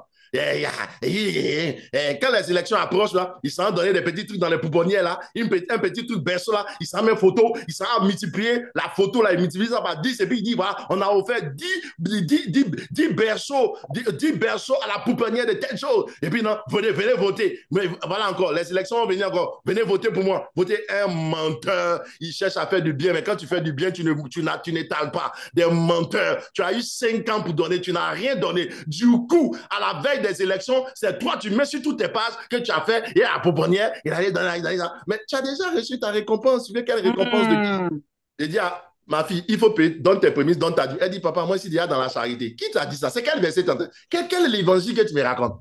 Qui t'a dit que quand tu fais la charité, donne pas tes prémices, donne pas ta dîme? Il veut prendre ça comme argument maintenant. Moi, mon truc, c'est les pauvres. Moi, mon truc, c'est les pauvres. C'est aider les pauvres. Jésus dit, les pauvres, vous en aurez toujours avec vous. Moi, là, prends le parfum, là, qui a de la valeur. Mets ça sur moi. Arrête l'histoire des pauvres. Mets ça sur moi. Les pauvres, vous les aurez toujours avec vous. Tu pourras faire du bien aux pauvres. Arrête tes bêtises, là. Qu'est-ce que c'est les pauvres? Tu prends l'argument des pauvres pour ne pas payer la dîme. Tu prends l'argument des pauvres pour ne pas donner les prémices. Il dit, arrête-moi ça tout. Les pauvres, vous en aurez toujours avec vous. Tu as l'opportunité de faire du bien aux pauvres. Ils sont même au carrefour. Va là-bas, fais le bien. Mais les prémices, la dîme, les offrandes, donne-moi ça. Qu'est-ce que tu es en train de me raconter à cause des arguments? Il était là, il fait la charité. Nous, on est dans la charité. Pas de la charité, c'est la spécialité. Un spécialiste de la charité qui ne peut même pas faire ces choses. Les gens mentent dans l'église comme c'est pas possible. Mais tu crois que c'est pour qui tu fais? C'est pour toi-même. Mais regarde toi-même. Deutéronome chapitre 8. Verset 17 à 18. Il dit, garde-toi de dire en ton cœur, ma force et ma puissance, la puissance de ma main, moi, qui c'est richesse. Souviens-toi. Il dit, souviens-toi. Souviens-toi de l'Éternel, ton Dieu, car c'est lui. Souviens-toi de l'Éternel, ton Dieu. Qui fait quoi? Car c'est lui qui te donnera de la force pour les acquérir, afin de confirmer, comme il le fait aujourd'hui, son alliance qu'il a jurée à tes pères. Mais c'est l'Éternel qui te donne quoi? La force. Il te donne la force quoi? Pour acquérir les richesses. Mais ça vous fait quoi? Confirmer son alliance. Autrement dit, la richesse est une réponse à la confirmation de l'alliance que tu as avec Dieu. Get it? La richesse que Dieu va te donner là, c'est une confirmation de l'alliance que Dieu a avec toi, qu'il a juré à tes pères depuis Adam jusqu'à sa vie. C'est la même alliance qui a béni Abraham, qui a béni Noé, qui a béni Abel, qui a béni Isaac, qui a béni Jacob, Joseph, qui a béni Pierre, qui a béni Paul, qui a béni Jean, Salomon, David, tout ça. Cette même alliance, pour confirmer cette alliance, il faut qu'il y ait une alliance. C'est l'alliance qui te met dans le jardin. Et c'est au titre de cette alliance, pour confirmer cette alliance, Dieu te donne la force pour acquérir la richesse, pour confirmer ton alliance. Autrement dit, la richesse est une conséquence de ton alliance, de l'alliance que tu as avec Dieu. Mais cette alliance est faite de clauses selon laquelle la parole est au centre. Quelle est cette parole? Donnez, il vous sera donné. Celui qui conserve sa vie la perdra. Quand vous prenez par exemple le fruit de la vigne, la nourriture, vous allez prendre par exemple le fruit de la vigne. Ça fait partie des arbres. Quand tu vas voir le fruit de la vigne, quand tu prends un grain de raisin, quand tu prends un raisin, il y a dedans le noyau du raisin. Ça, on appelle la semence, le noyau. La couche la plus extérieure, c'est la peau. Maintenant, à l'intérieur, là, c'est la chair. On appelle ça la pulpe, pas pulse. Hein, c'est pulpe. Yes. Pulpeux. La pulpe. Yes. Donc, c'est la pulpe. Donc, P-U-L-P-E. C'est la pulpe ou la chair du raisin. Et puis, il y a ce qu'on appelle le jus de raisin ou bien, ça, on appelle ça le sang du raisin. Le jus du raisin ou le sang du raisin. Vous voyez? Donc, qu'est-ce qui se passe-t-il? Il se trouve que lorsque tu donnes tes prémices, écoutez-moi très bien, quand tu donnes tes prémices, puisque nous sommes quoi? Nous sommes la vigne. Tout ce que tu vas recevoir, on parle de ta vigne. Ce que tu récoltes, ça peut être, on dit ta vigne. Le fruit de ta vigne, c'est ça. Ça veut dire, on parle de ta moisson. Quand tu vas et tu récoltes quelque chose, ce que la vigne produit. Nous sommes la vigne du Seigneur. Donc, ce que nous produisons, c'est quoi? C'est la vigne, c'est les raisins. C'est ça. Mais dans ce que tu produis, il y a un noyau. On ne mange pas le noyau des raisins. On ne mange pas les noyaux des raisins. On ne mange pas les noyaux de la vigne. C'est ça qui va multiplier pour continuer ta vigne. Tu ne manges pas le noyau. Le noyau, c'est la partie incompressible qu'on ne mange pas dans tout ce que tu produis, tout ce que tu reçois. Tu fais des affaires, tu travailles, tout ce que tu récoltes, tout ce que tu reçois, il y a un noyau qu'on ne touche pas. Quand tu touches ça, il y a un problème. On ne touche pas. D'où vient maintenant qu'on parle, n'est-ce pas, du vin nouveau? On parle du vin nouveau, c'est-à-dire le mou. Quand on parle du vin nouveau, pour que le vin coule, il faut bien que ça sorte, n'est-ce pas, de quoi? Du raisin, de la vigne. Nous sommes la vigne du Seigneur. Jean chapitre 15, versets 1 à 4. Mon Père est est le vigneron. Moi, je suis le cep. Vous êtes les branches de la vigne. OK? Vous êtes les branches de la vigne. Et vous produisez, n'est-ce pas, des grappes de raisin. Tout ce que tu produis là, c'est comme du raisin. Mais dans ce que tu produis, il y a un noyau. C'est ça, on ne doit pas toucher. Un. Deux, dedans, il y a un jus qu'on appelle le jus des raisins. Le jus des raisins, c'est ça qui donne le vin. Quand on met ça sous pression, ça donne le vin. Le vin symbolise le sang. Autrement dit, si on crucifie la chair, c'est-à-dire si on te ramène à la croix que tu es crucifié, ton sang va couler comme le sang de Jésus a coulé. Parce que toi, tu es la vigne. Qu'est-ce qui va sortir de toi? Du vin, du sang. Parce que tu es la vigne. Comprenez ce que ça veut dire? Dans les prémices, là, dans les prémices, quand tu donnes tes prémices, c'est quoi les prémices? Je vais expliquer ça tout à l'heure. Les prémices, c'est en fait tout ce que toi tu as, ton revenu, tout ce qui te revient, hein, ce que tu as moissonné qui te revient là. Quand tu donnes, ça on appelle tes prémices. Ou alors, c'est ton premier fruit ou ton nouveau fruit. Prémisse veut dire premier fruit ou nouveau fruit. Ou ce que tu as, tout ce que tu possèdes. Tout ton revenu. Proverbe chapitre 3, verset 9 à 10. Reste tu veux lire. Proverbe chapitre 3, verset 9 à 10. Vous allez voir d'où vient le vin nouveau. D'où vient le mou dont on parle dans Osée chapitre 2, verset 21 à 22 là. Pour que, justement, Dieu exauce les cieux exauce la terre exauce quoi? Le mou exauce le blé, c'est-à-dire le pain, le mou et l'huile là. D'où vient le mou, c'est-à-dire d'où vient le vin nouveau? Le vin nouveau ne peut pas couler s'il n'y a pas eu, n'est-ce pas, de pression sur la vigne. Honore l'Éternel avec tes biens et avec tes biens. On dit bien avec, honore l'Éternel avec quoi? Tes biens. Est-ce qu'on a dit avec tes lèvres? Non, non. Toi, tout ce que tu connais, c'est honorer Dieu avec tes lèvres, le bout de tes lèvres. Il dit ce peuple, Matthieu chapitre 15, verset 9 à 12, ce peuple m'honore du bout des lèvres, leur cœur loin de moi. Autrement dit, qu'est-ce que Dieu veut? C'est pas honorer Dieu à le bout de tes lèvres là. Dieu, gloire à Dieu, oh, alléluia, tu es mon Seigneur. Dieu dit tout ça. Il veut voir ton cœur. Quand tes lèvres honorent Dieu, est-ce que ton cœur là, c'est proche de lui? Il dit le sacrifice qui me plaît, c'est un cœur brisé. En réalité, quand tu honores Dieu, Dieu regarde ton cœur. Si ton cœur est brisé, c'est là il va t'exaucer. C'est là où vraiment ton adoration va vraiment porter devant Dieu. Mais tu honores Dieu avec le bout de tes lèvres seulement et ton cœur est loin de lui. Honore l'Éternel avec tes biens, pas l'Éternel avec ta langue. Tu aimes trop honorer l'Éternel à ta langue. Oh Seigneur, tu es Dieu, tu es Shaddai, tu es Adonai, tu es Yahvé Jireh, tu es Yahvé Jireh. Bon, ok, tout ce que tu as dit là, mon ami, je veux voir ça dans ton cœur maintenant. Je veux voir maintenant dans ton cœur, si ton cœur est brisé, qu'est-ce que tu peux faire pour démontrer ce que ta langue dit? Honore l'Éternel avec tes biens là. Ça, tu n'as pas compris, hein? Cette partie-là, tu n'as pas compris. La parole que Salomon a écrite dans Proverbe chapitre 3, verset 9 a dit, c'est Salomon, l'homme le plus riche de la terre, de son temps, qui écrit, honore l'Éternel avec ses biens. Il a eu l'expérience, il est devenu riche, il a marché avec Dieu, il a été loin de Dieu, il a été à les prostituées, il a été à les femmes du monde, il a été à les idoles. En conclusion, Salomon a dit, honore Dieu avec tes biens. Honore Dieu avec tes biens. C'est Salomon qui dit ça. Donc, comment est-ce que les gens disent que quand on parle affaire d'argent à l'église, quand on parle des biens, quand on mentionne les biens, ça déshonore Dieu? Lui-même dit de l'honorer avec les biens. Vous dites quand on parle d'affaire d'argent dans l'église, ça les déshonore. C'est quelle Bible vous lisez alors? Le gars dit honore-moi avec tes biens. Quand tu vas tes biens, lui dit il est honoré. Toi, tu dis quand on parle d'affaire d'argent et des biens à l'église, il est déshonoré. Donc, tu dis quelle Bible? Ça, c'est un message du diable dans l'église. Le monsieur dit, quand on envoie les biens, il est honoré. Je suis l'Éternel, je suis Yahvé Jireh, il est honoré. Toi, tu dis qu'on envoie d'argent, quand on parle d'affaire d'argent dans l'église, Dieu est déshonoré. C'est quel verset qui dit Dieu est déshonoré quand on parle d'argent dans l'église? Il dit, l'or et l'argent sont à moi. Donc, donnez-moi ce qui m'appartient. L'or et l'argent sont à moi. Donnez-moi ce qui m'appartient.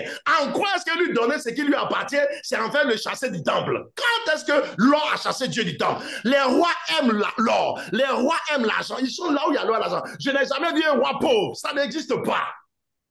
À plus fort que celui qui a fait les cieux et la terre, qui a dit l'or et l'argent sont à moi. Comment on peut venir à l'église et penser que le Seigneur est un lieu de pauvreté? Comment venir à l'église et penser que c'est un lieu où on doit manquer de tout? Nous manquons de tout parce que nous n'avons pas l'enseignement de Dieu. Nous ne comprenons rien à la royauté, nous ne comprenons rien à l'intronisation, nous ne comprenons rien au royaume, on ne comprend rien. On dit celui qui a découvert le royaume de Dieu comme une perle précieuse. Celui qui l'a découvert, il cache la perle précieuse. Il va et vend tout. C'est alors qu'il vient posséder, même pour avoir le royaume. Il vend tout et il vient posséder. Il vend tout et il vient posséder. Il vend tout. Tu lis français, mais tu ne lis pas. On peut dire que dans l'église, on parle à l'affaire de Dieu, c'est diabolique. Au contraire, ça n'est pas parler à faire d'offrande qui est diabolique. Yes. C'est ne pas parler de sacrifices dans l'église qui est diabolique. Attention. You hear me or you don't hear?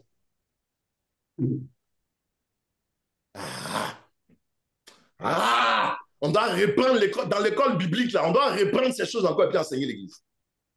Les gens ont perdu les repères. Honore l'Éternel avec quoi? C'est bien. Et ensuite, il dit quoi? Avec quoi encore?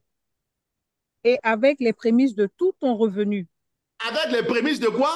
Tout ton revenu. Non, il a dit une partie de tes revenus. Non. Il a dit une partie, un tiers de tes revenus? Non, Daddy. 2 tiers? Tout ton revenu. Non. Un cinquième? Tout ton revenu. Tout ton revenu. Mais pourquoi quand quelqu'un dit envoie tout ce que tu as récolté, pourquoi on dit l'escroc? Si un homme de Dieu qui dit ça envoie tes prémices, envoie tout ton revenu là. Si l'escroc, c'est que c'est Dieu qui est le premier escroc. Oui, il ne lit pas la Bible. Tu as ta Bible là, tu mets dans tes aisselles là, tu transpires dessus, mais tu ne lis pas. Hey. Tu déposes sur ton lit, il y a la poussière, mais tu ne lis pas. Si tu lisais, tu allais voir qu'il dit qu'honorer Dieu, c'est-à-dire on l'honore avec les biens, 1, 2, avec tout le revenu. C'est ça les prémices. C'est-à-dire tout ce que tu as pour vivre là, dans le mois là, tu dois t'arrêter un mois pour dire tout ce qu'on m'a viré ce mois, je donne à Dieu. Mes prémices, prie pour moi, homme de Dieu, pour que j'entre dans l'alliance de prospérité. Tu n'as pas fait ça, et puis tu te plains, Dieu ne me bénit pas, non, on va à l'église, on ne voit rien, il n'y a pas l'argent, il n'y a pas l'argent, il n'y a pas l'argent, il n'y a pas de promotion, il n'y a pas ceci, il n'y a pas ceci. Tu te plains tous les jours, mais parce que tu as la mentalité d'un moissonneur, tu n'as pas la mentalité d'un semeur. Si tu n'as pas encore donné tes prémices, tu n'es pas un semeur. Tu sèmes, mais tu n'es pas un semeur. C'est les prémices qui feront de toi un semeur. Ne laisse pas les gens du monde là te montrer le chemin. C'est nous qui avons la vérité. Comment tu laisses les gens qui ne connaissent pas Dieu venir te montrer le chemin? Comment ils peuvent t'enseigner les choses de Dieu? La Bible est là pour t'enseigner. On fuit les Écritures, c'est ça. On envoie la morale, la philosophie, ces choses à l'église. Non, on prêche les choses. Non. La femme qui était dans le temple, qui était pauvre, elle était veuve. Il y a des veuves qui sont riches. Elle est veuve et elle est pauvre. Les riches ont mis les superflus dans le tronc. Jésus était arrêté à côté. Là, on met l'argent. Voilà Jésus. Hein. Il a arrêté à côté en train de regarder où on met l'argent. Si un homme de Dieu fait ça, là, vous allez le critiquer. Mais l'homme de Dieu, on fait offrande, il a arrêté, mais à côté des paniers, on met l'argent, il regarde tout. Mais oui, il contrôle. Quelqu'un qui parle de 10%, mais 10% veut dire qu'il contrôle tes biens. Si on fait 10%, si on n'est pas un peu bête, on n'a qu'à multiplier par 10, on obtient 100%. Si tu viens me donner 10%, je me dis par 10, c'est ça que tu as eu? Ou bien? Ça veut dire que Dieu veut que tu lui déclares tes biens. Quand il donne dit la dîme, il veut dire il veut que tu déclares tes biens. C'est une déclaration de biens, des impôts. C'est quoi tu ne comprends pas? C'est quoi tu ne comprends pas dans tout ça? On dit 10%, mais Dieu va dire ça va. Quand tu donnes 10% à Dieu, on sait automatiquement ce que tu gagnes, ce que tu as reçu. C'est clair, c'est une déclaration d'impôt. Il est même précis. Dieu est précis dans le montant. Il dit même 10%. Ça veut dire Dieu t'a abusé. Que Dieu compte, les hommes de Dieu, l'affaire d'argent est trop fort, maintenant il compte l'affaire d'argent. Dieu compte plus que tout le monde. Il dit que 1000 tombent à mes côtés, 10 000 à droite. Dieu est habitué à compter.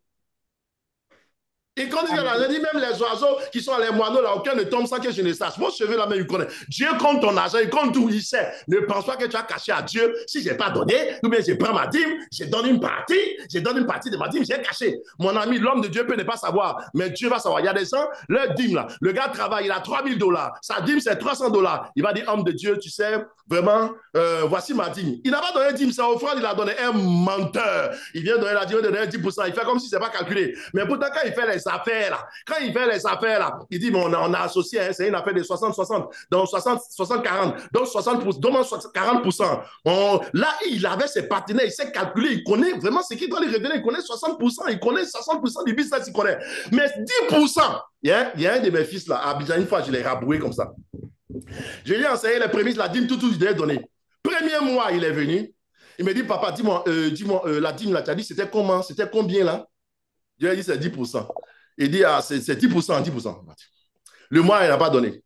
Le mois prochain, il est venu encore dire, ah, papa, dis-moi, la dîme là, c'était combien là? Il dit, fous-moi le camp là-bas. Tu te fous de moi ou quoi? Tu te fous de moi. Hein? Donc, le mois, j'ai passé tout mon temps à t'enseigner.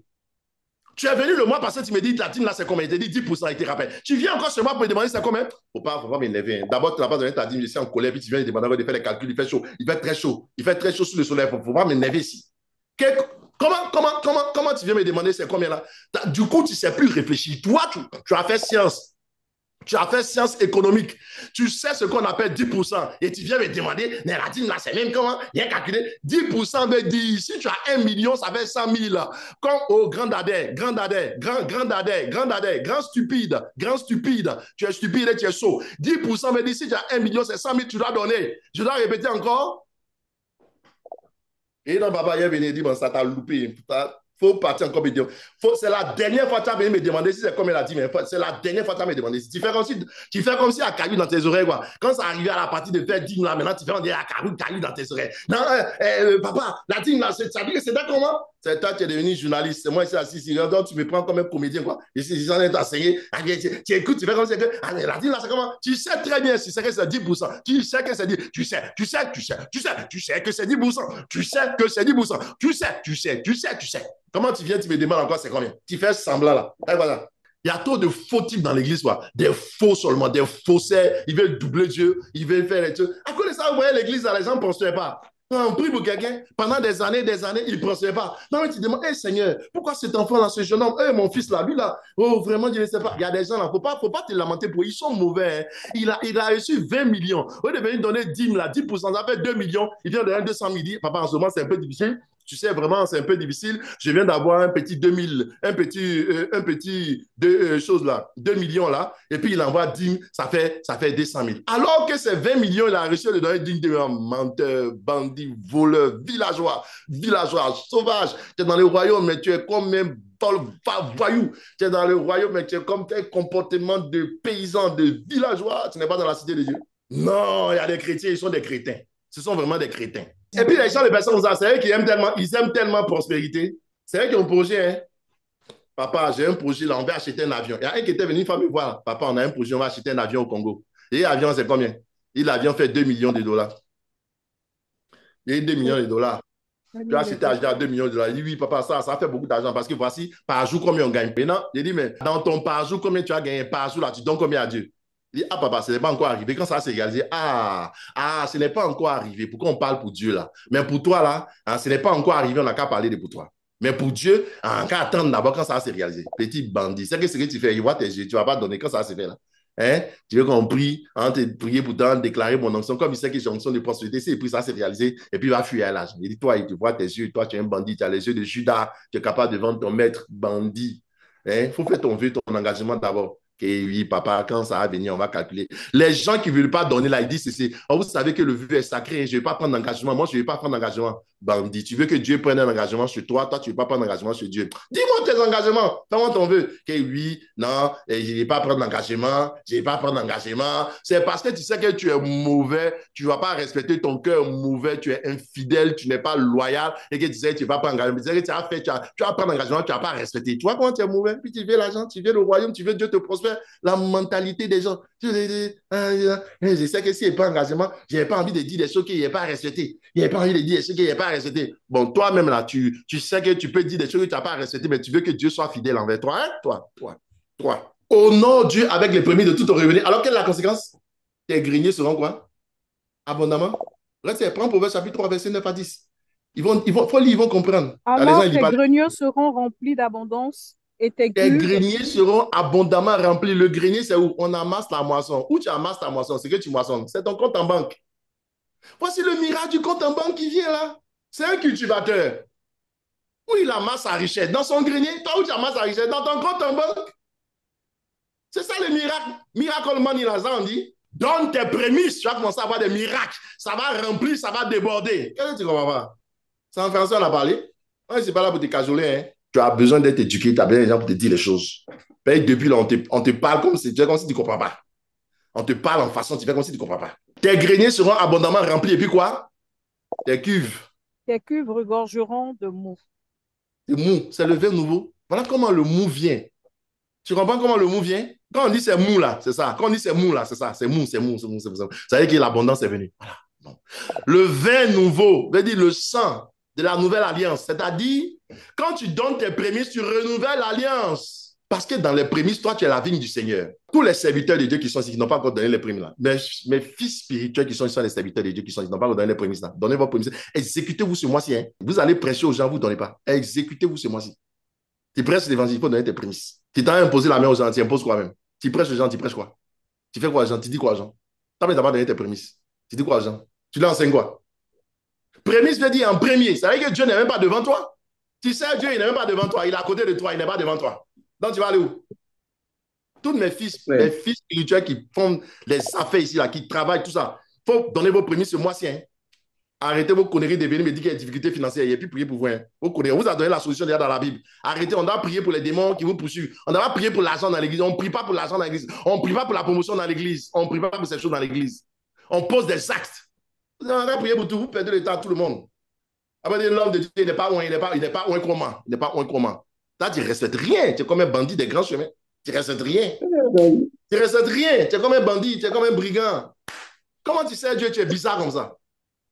Tu prêches aux autres dont ils n'ont qu'à faire. Tu aimes manger la dîme, tu aimes manger les prémices, mais toi, tu ne donnes pas. Il fait la comptabilité de tous mes fils. À partir de ce soir, vous tous, je vais vous encaisser maintenant.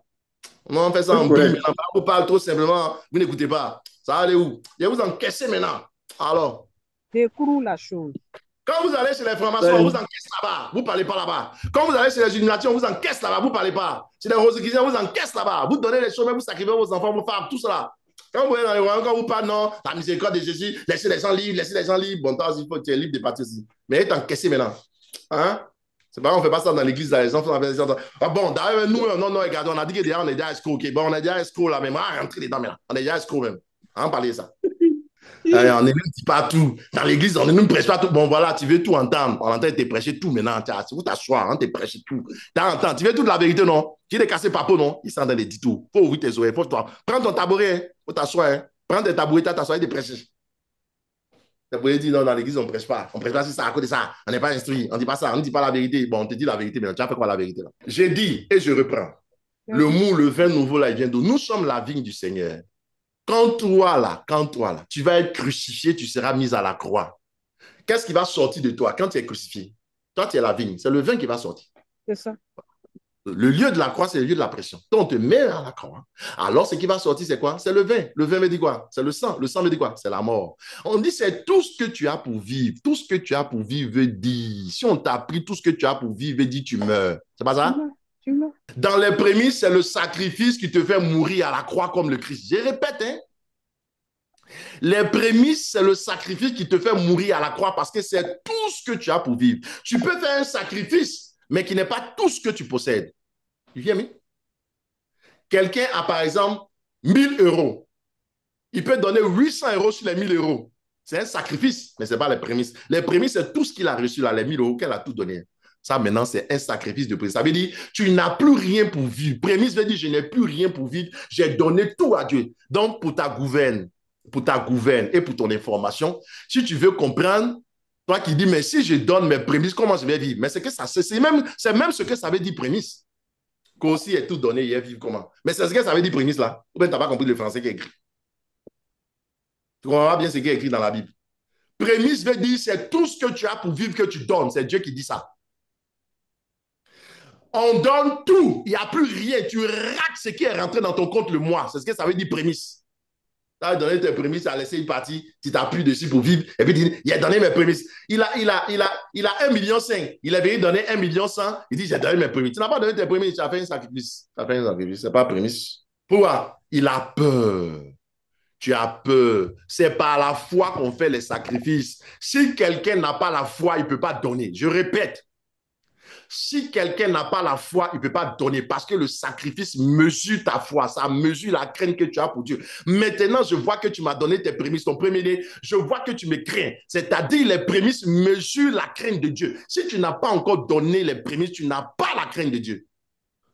Tu n'as pas encore la crainte de Dieu.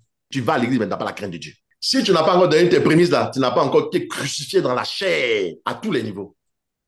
Tu as quitté le monde. Tu as laissé Satan et les courriers. Le Saint-Esprit va venir, Jésus va venir dans ta vie, mais pour que le Seigneur prenne le contrôle de tes finances, le contrôle de ta destinée, de ta marche, c'est les prémices. Je vais te montrer ça tous. On ne vous a pas enseigné ces choses. On va vous enseigner ça. Un homme de Dieu, là, quand on dit homme de Dieu, là, lui, d'abord, il a tout sacrifié. Parmi les hommes de Dieu, il y en a qui sont des hommes de Dieu qui servent Dieu et puis ils travaillent dans le bureau des gens. Puis, dans le Dieu, ils servent Dieu totalement. Ils sont dédiés à Dieu. C'est les sacrificateurs. Dans la Bible, les sacrificateurs, ils sont dédiés à Dieu. Totalement. Abraham, il servait Dieu, mais il était berger. Donc, il va faire ce truc de bergerie, il gagne un peu. Isaac était berger. Jacob était berger. Joseph aussi, il était administrateur. Tout cela. David, il était roi. Salomon était roi. Tout cela. Mais quand il arrive, les gens comme Melchisedec et d'autres personnes, les Jean-Baptiste, là, ils sont totalement dédiés. Ils sont des sacrificateurs. C'est-à-dire, eux, ils sont sacrifiés. Ils ont sacrifié tout. Ça veut dire, ils ont sacrifié le travail. C'est pas parce qu'ils sont bêtes, hein. C'est pas parce qu'ils sont bêtes à l'école. Mais c'est parce que pour Dieu, là, Dieu leur a demandé de payer un prix. Laisse-moi ce travail des hommes. Moi, par exemple, je suis de formation médicale. Je suis médecin de formation médicale. J'ai été délégué médical, puis j'ai entendu Dieu me dire, laisse tout ça, viens me servir. Il n'était pas bête. Il n'était pas bête. J'ai fait un bac C. Il était brillant. Tu ne vois pas comment j'enseigne, tu ne vois pas qu'il est intelligent. Quand tu ne vois pas qu'à l'école, il allait réussir. Yes. Tu ne vois pas que ce qu'il dit là, mais ça dépasse ce que les philosophes disent. Tu ne vois pas ça? Mais il laissait tout ça. Mais si aujourd'hui, il travaillait chez Pfizer, peut-être il était directeur à zone Afrique de Pfizer. J'ai travaillé chez Pfizer, laboratoire Pfizer. C'est moi qui vendais Viagra, là. Viagra. Quand Dieu est venu me prendre, il vendait Viagra. Il était sur la zone de Boaké, tout ça. Tout le Boaké, jusqu'à au nord, il était établi là-bas pour le compte de Pfizer. Il a vendu ça pendant 5 ans. Viagra. Il connaît bien.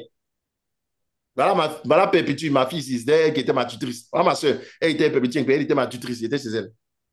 Il était brillant. J'ai fait des chiffres dans ma zone. Et puis Dieu m'a interpellé. Il m'a dit, laisse tout ça, sacrifier. Il n'a pas voulu au début. Et puis après, Dieu m'a dit, laisse tout ça, viens me servir. Plus tard, tu as fait tes affaires. Mais pour le moment, lève, tu abandonnes. Puis j'ai abandonné tout. C'est ça ce que ça veut dire que abandonner des mois de salaire, ça veut dire depuis 2003 que Dieu m'a dit d'abandonner. Il dit qu'aujourd'hui, nous sommes en 2026. Ça fait 23 ans que chaque mois, je ne reçois pas de l'argent comme ça d'un patron. Je ne travaille pas dans le bureau depuis. Ça fait 23 ans.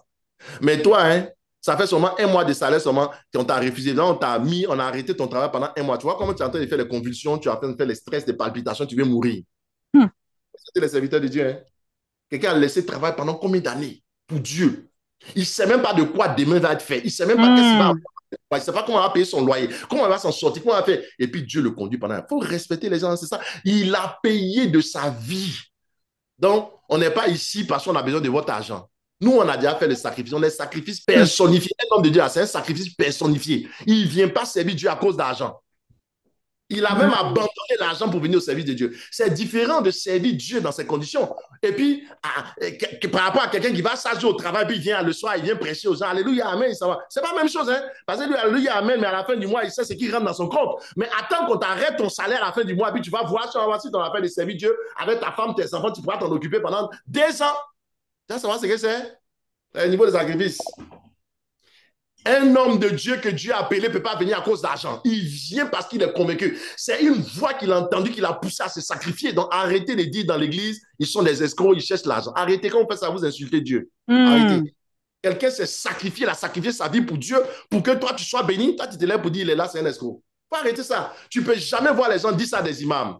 Chez les musulmans. Tu ne peux jamais voir des juifs dire ça des rabbins. C'est dans l'église. Même les abdètes qui vont sur les féticheurs, personne ne se plaint qu'un féticheur est escroc. C'est dans l'église seul, on voit des chrétiens qui ne sont pas convertis, qui élevé pour dire que les serviteurs de Dieu sont escrocs. C'est dans l'église seule où le sang de Jésus qui a coulé, on voit ça. Parce qu'ils sont ignorants. Quelqu'un se sacrifie. Tu ne sais pas que tes gros démons et tes sorciers qui sont dans ta famille, là, quand on les chasse, là, ils viennent tourmenter l'homme de Dieu la nuit. Il ne dort pas. Tu ne sais pas que tes démons viennent l'attaquer demain. Tu ne sais pas. Lorsque Élisée a prié pour le roi de Samarie, et alors il déjouait les plans des gens de choses, les Syriens là. Le roi Ben-Hadad a dit, mais pourquoi quand on met un camp ici tous les jours, eh bien quelqu'un parmi nous est un espion, il s'en va rapporter au roi de Samarie. Il dit non, non, non, non, il y a un homme de Dieu qui est là-bas, il est adoptant. Tout ce qu'on fait, même dans ta maison, il est capable de rapporter. Alors on dit, allons-y encercler la maison d'Élisée. Ils sont allés l'encercler. Quand le serviteur d'Élisée est sorti, il a dit, mais mais les gens sont nombreux. Et puis Élisée a dit, attends, j'ouvre les yeux pour qu'ils voient là. Car ceux qui sont avec nous sont plus nombreux que ceux qui sont dehors. Yes. Qu'est-ce qu'Élisée a fait? Il a seulement prié pour le roi. Et voici qu'une escorte royale est venue pour le tuer ce jour-là. Il pouvait mourir, il voulait perdre sa vie. Parce qu'il priait seulement pour le roi. Vous savez ce qui peut arriver à un serviteur de Dieu quand il prie pour vous? Même en ligne, il ne faut pas penser que c'est physique. Parce que les choses de Dieu sont spirituelles. On n'est pas obligé de te voir physiquement. Mais ce qu'il est en train de faire là, ça attaque. Ce qu'on est en train de faire là, prendre le temps d'abord pour faire la formation, prendre le temps pour prier, prendre le temps pour prophétiser. De tels genre de personnes, tu dois les honorer. Tu es assis, boum, fou, tu fais rien, puis tu es assis là, tu dis non. Quand on parle, tu dis non, c'est escroqué. What is this nonsense, le church? C'est quoi cette folie dans l'église? Il faut arrêter ça. faut honorer vos serviteurs de Dieu. Les musulmans ignorent les imams. Imam, il a 3 femmes, 4 femmes, 5 femmes, 6 femmes, 7 femmes. Personne, aucun musulman ne parle de ça. Les juifs, même là, ils font des choses. Personne ne parle des rabbins. Dans l'église, c'est là on attend toujours des gens qui vont convoquer les hommes de Dieu, parler mal des serviteurs de Dieu, insulter les serviteurs de Dieu. C'est pour ça que la malédiction est dans l'église. Ils ne sont pas bénis, le ciel est fermé sur la tête parce qu'ils ne comprennent rien au principe de Dieu. À cause de ton petit argent, tu vas donner. Il y a des gens, petit argent. C'est moi qui ai fait ce serviteur, c'est moi qui l'ai soutenu. Quand tu demandes, tu l'as soutenu, tu as donné quoi? Vieille voiture, tu as donné à ça qui a fait. Tu sais ce qu'on appelle, il a fait quelqu'un? C'est moi, il l'a fait. C'est serviteur de Dieu, il l'a fait. Toi, tu l'as fait à la voiture, vieille voiture, babi, tu as donné ça, tu vas faire quelqu'un. Si vous m'écoutez pendant un an, il vous transformer. Il vous éduquer. Il y a trop de rigoleux dans l'église. Tu sais ce qu'on appelle faire un serviteur de Dieu?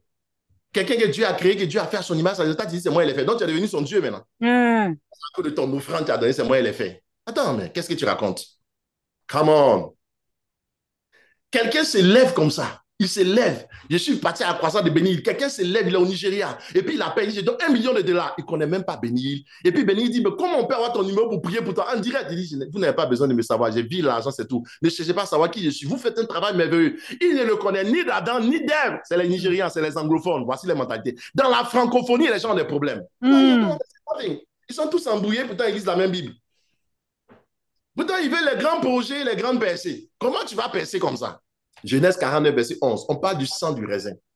Ça veut dire que les prémices, c'est le seul sacrifice quand tu donnes, là, tu es allé à la croix. Les prémices, là, c'est là où tu vas te donner. Parce que Jésus est le premier-né de Dieu. Quand tu donnes tes prémices, c'est comme tu es allé à la croix, tu as crucifié. J'ai tout donné. Mon esprit, mon âme, mon corps, mes biens. Quand tu donnes tes prémices, c'est là que tu as donné tous tes biens à Dieu. Jusqu'à présent, tu n'as pas encore donné tous tes biens à Dieu. Tu as donné ton esprit, tu as donné ton âme, tu as donné ton corps. Tu n'as pas encore donné tes biens. C'est dans les prémices là que tu donnes tes biens. C'est là, au pied de la croix, c'est là où tout s'accomplit. Quand tu as donné tout ce qu'il faut pour vivre, c'est-à-dire tu es mort. Tu es mort dans l'affaire. Tu as accepté de mourir. Mais quand tu as accepté de mourir pour Dieu, qu'est-ce qui peut te tuer encore? Personne. Qu'est-ce qui peut tuer encore tes pauvres, ton argent? La pauvreté? Jamais. Jamais. Bien essayé. Quand Abraham a donné ses prémices, Dieu dit, maintenant je vois que tu me crées. Regarde les étoiles. Telle sera ta descendance. Ta postérité possédera la porte de leurs ennemis. C'est ce avec Isaac. Ça fait des prémices. La domination ne s'arrête pas qu'à toi, ça va jusqu'à ta postérité. Donc, ce que tu fais là, ça va pour toi. Quand tu donnes tes prémices, c'est aussi pour tes enfants, les enfants, les enfants. Quand on te bat, tu dis fou, comment fou? Tu mets ta figure sur minuit. Tu t'énerves, tu te fâches. Les prémices, c'est ça qui fait couler le sang parce que tu t'identifies. C'est ça le sang coule. C'est ça le vin nouveau là. Autrement dit, quand la terre va exaucer quoi? Le blé qui donne le pain, le vin, la vigne qui donne le vin nouveau et l'huile. Le vin nouveau coule. Ça veut dire, si le vin nouveau a coulé, ça veut dire qu'on a donné quoi les prémices pour que ça coule. Autrement dit, Dieu est en train de dire dans ce verset d'Osée chapitre 2, verset 21 à 22, quand Dieu t'exauce, tu donnes les prémices, c'est là où le vin coule, ça veut dire le sang coule, tu renouvelles ton alliance. Il y a des gens là, ils n'ont pas donné, il n'y a pas de vin dans leur cuve. Quand tu donnes les prémices là, dans ta cuve, il y a du vin. Il y a des gens qui marchent avec leur cuve là, c'est vide, c'est sec, il n'y a pas de vin. Ton alliance n'est pas renouvelée du point de vue de la prospérité. Et tu demandes à dire, rends-moi prospère, rends-moi prospère. Mais la pauvreté, les dévorants. Maintenant, quand tu as donné tes prémices, ta dîme va renouveler tes prémices. Ta dîme va renouveler la consécration de ton alliance, va renouveler ton alliance, ta dîme. Pourquoi? Parce que les prémices, c'est tout. Quand tu donnes tout, tu as donné 1. Mais la dîme, c'est 10e, 10. Parce que 1, c'est 10, 10, c'est 1. Prémices, tu as tout donné. Tu as donné un salaire à Dieu. OK? Un revenu à Dieu. La dîme, tu donnes 10%, le 10e. Mais pourquoi? Parce que le 10e symbolise tout. Je répète bien. Les prémices, c'est une réalité que la dîme symbolise. Je vais dire ça comme ça. C'est un peu théologique, mais je vous dis. Quand on dit symbolise, ça symbolise. Ça veut dire c'est un symbole. Symbole veut dire quand tu vois ça, tu vois l'autre. Ça ne veut pas dire que c'est identique. Et quand on parle de symbole et de réalité, on parle de quoi? Similitude. On ne parle pas d'identité. Vous voyez, parle un peu de mathématiques là. Il parle de perspective. Je veux dire quoi? Quand on dit tu es similaire à quelqu'un, tu ressembles à quelqu'un. Quand on dit tu ressembles à ton père, c'est la preuve même que tu n'es pas ton père. Yes. Parce que la similitude est la preuve même de la dissemblance. Ça veut dire que quand tu es semblable à quelqu'un, ça veut dire que tu n'es vraiment pas la personne, mais tu lui ressembles seulement. Donc, la dîme là symbolise les prémices. Ça ne veut pas dire que c'est identique. 10 là, ça symbolise 1. 1 symbolise, 10 symbolise 1. Ça veut dire en clair, quand tu vois dans le spirituel le 1, tu vois le 10, ça symbolise le 1. C'est-à-dire, tu vois, le 10e, ça représente tout. Ça représente tout. Mais ça ne veut pas dire que c'est tout. Hein. Je vais vous donner un exemple. Tu n'as pas bien compris. Quand tu as donné tes prémices, et puis après, tu donnes 10%, le 10% veut dire, c'est comme si tu continuais de tout donner devant Dieu. Je répète. Tu as donné 1, tout le salaire. Quand après tu donnes ta dîme, 10% veut dire, c'est comme tu continues de donner tout à Dieu, alors que ce n'est pas tout que tu as donné le symbole de tout. Or, le symbole de tout représente tout, car le symbole représente la réalité. Donc, 10% représente tout. Ce n'est pas tout, mais ça représente. Ça veut dire, représente, veut dire, ça te donne la vision de quand Dieu voit 10%, c'est comme s'il voit que tu avais encore tout donné, alors que tu n'as pas tout donné. Tu comprends ce mystère? Ça veut dire en clair, tu as gardé encore les 90% sur toi, mais les 10%, c'est comme si tu avais tout donné. Autrement dit, Dieu voit que toi, tu as tout donné pour lui. Chaque fois, au commencement, tu as donné ton premier salaire. Maintenant, tu vois, tu continues de donner encore tout. En réalité, c'est pas que tu donnes tout, tu donnes 10%, mais tu donnes ce qui représente tout. Or, ce qui représente tout lui permet de voir tout. Donc, aux yeux de Dieu, c'est comme si tu continues de tout donner. Tous tes biens sont à toi. Ça, on appelle la consécration. La dîme, les prémices consacrent tes biens. La dîme renouvelle la consécration. Ça fait couler l'huile maintenant sur tes biens pour protéger tes biens, pour que le dévoreur ne touche pas. C'est la raison pour laquelle les dévoreurs ne peuvent plus toucher tes biens, puisque l'huile qui vient maintenant à cause du vin qui est là protège ton pain, le blé. Qu'est-ce que tu n'as pas compris? Il a donné un exemple. Ça, c'est un exemple. C'est une astuce pour les vauriens. Voilà. Il te donné une astuce pour les vauriens. Ceux qui sont vauriens, derniers à l'école, là. Ils peuvent comprendre ça. Donc, si tu ne comprends pas ça, tu vas plus comprendre. C'est une astuce pour les vauriens. Il te donne ça. Pour que tu comprennes. Deux personnes ont fait un business. Et puis, les deux personnes ont eu 11 millions d'euros ou 11 millions de dollars ou bien 11 millions de francs CFA. On va dire ça comme ça. Ou 11 millions de pounds. On va dire ça comme ça. Maintenant, les deux disent, ils vont partager. Et il y a un là qui n'est pas en Jésus-Christ. Et puis il dit, bon, on va faire moitié-moitié. Tu as 6 millions 5 et 6 millions 5. 5 millions. 5 millions 5, c'est la moitié de quoi? 11 millions. 11 millions. D'accord. Donc, chacun a 5 millions 5, 5 millions 5, ça fait 11 millions. Ce qui est correct. L'autre dit, non, non, non, non, non. Comme 1 c'est 10 et que 10 c'est 11, toi, il faut prendre 1 million d'euros. Moi, je vais prendre les 10 millions. Parce que 1 c'est 10, 10 c'est 1. Donc, prends 1. Moi, je vais prendre 10. Il dit, mais pourquoi ça? Ce n'est pas équitable. Il dit, mais dans la spiritualité des chiffres, 1 c'est 10. 10 c'est 1. Donc, 1 million d'euros, 1 million de dollars, c'est comme 10 millions, c'est la même chose. Il dit, mais donc, toi, dis-moi les 10 millions, toi, prendre 1 million. Vous comprenez? Parce qu'effectivement, c'est là où tu vois que ce n'est pas, c'est identique. Hein? C'est dans la représentation que tu as l'impression que c'est identique. Ce n'est pas identique, c'est similaire. Avait dit quoi en clair?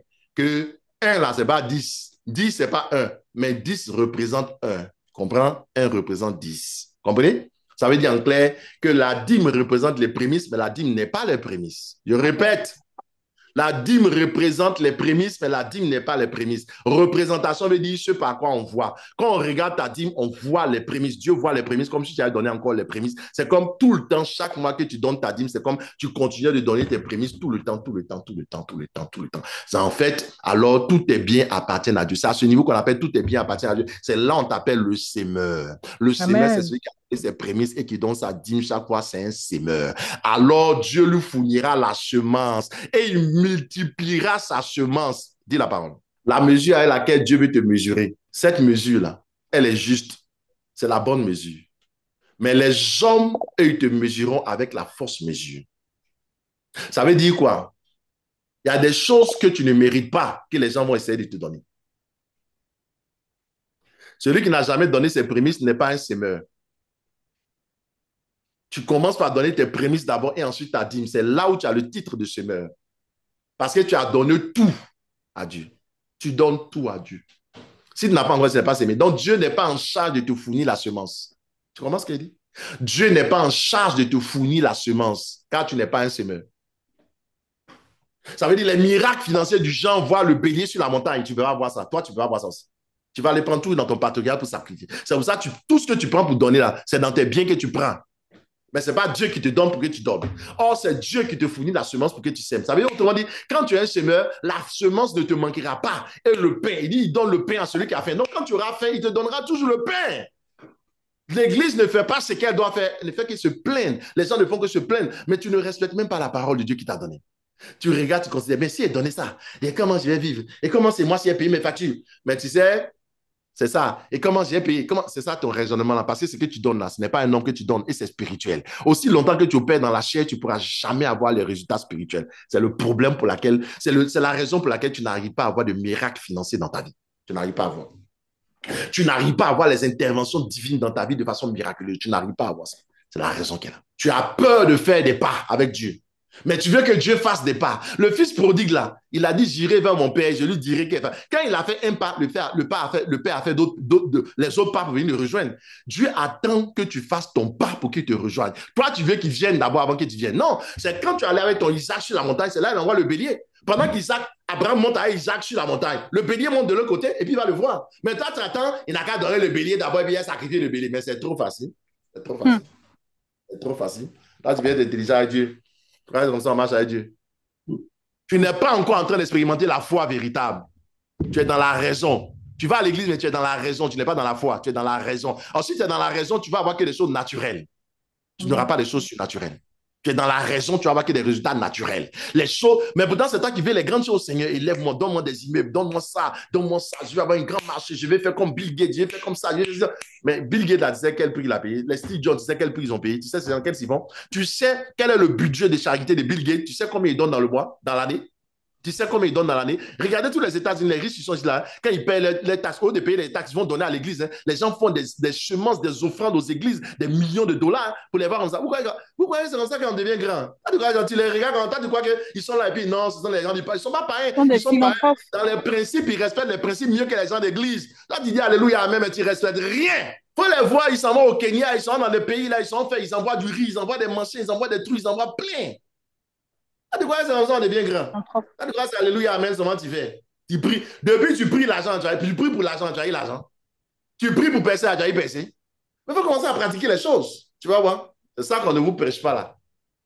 Et puis maintenant, vous êtes dans l'église, vous pensez que l'église là s'est bâtie, hein, comme ça. Ta vraie adoration dans ça doit se prolonger jusqu'à ton argent. Les mages là, quand ils sont venus voir Jésus, ils l'ont adoré, ils ont ouvert les trésors. Toi, ton adoration dans ça te pousse qu'à ouvrir quoi? Tu ouvres ton cœur seulement.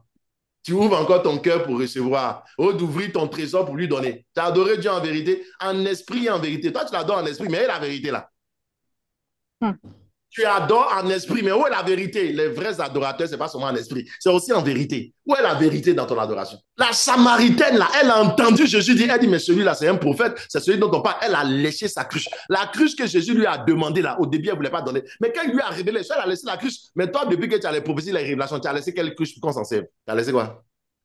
D'où les révélations, tu dis non, Réma, c'est un prophète. Wow, la révélation, wow, wow, wow. Mais où est ta cruche? Où est ta cruche que tu as laissé pour qu'on boive dedans? Où est ta cruche? Toi, on te donne révélation, tu fuis à ta cruche pour partir. Et en plus, tu ne fais pas ramener le village. Mais laisse ta cruche et va chercher le village. Toi, tu fuis à ta cruche et tu empêches le village de venir encore. Tu n'invites même pas. On dit qu'il faut inviter les gens, il faut taguer les gens, il faut parler pour envoyer le village. Tu ne viens pas. Mais laisse ta cruche, tu n'es pas laissé. Non, on va te mettre, tu es où? On va te mettre où même? On va te mettre où? La Samaritaine est mieux que toi. La prostituée là. Si Marie là, elle est mieux que toi. Elle a entendu vraiment la cruche là. C'est toi à volonté. Elle est partie chercher tous les villages. Mais toi, depuis que tu entends la parole, les révélations, les choses qui te touchent, Dieu ouvre les portes, les témoignages. Où est la cruche que tu as laissée pour que le serviteur de Dieu s'en sert pour boire, pour avoir le repos? Où est ta cruche? Où est le village que tu as amené? Où sont les gens que tu as amenés au salut? Rien. Tu vas à l'église comme ça, tu t'assois, tu vas à la maison. C'est comme ça. Mais tu vois ta vie? Il faut cultiver les bonnes habitudes dans le royaume. Nous ne sommes pas des crétins. Nous ne sommes pas des païens. Tu vois, on dit ne viens pas dans la maison de Dieu les mains vides. Toi, c'est ce que tu fais. Tu viens toujours les mains vides dans la maison de Dieu. Tous les versets, on dit là, tu fais toujours le contraire. Tu fais toujours. Tu vois ta vie. Tous les versets, on dit dans la Bible, tu fais toujours le contraire. On dit ne viens pas dans la maison de Dieu les mains vides. Toi, tu viens toujours les mains vides. Et puis tu laisses tes mains vides là. Tu es là. Alléluia. Tu dis, oh, quitte là-bas.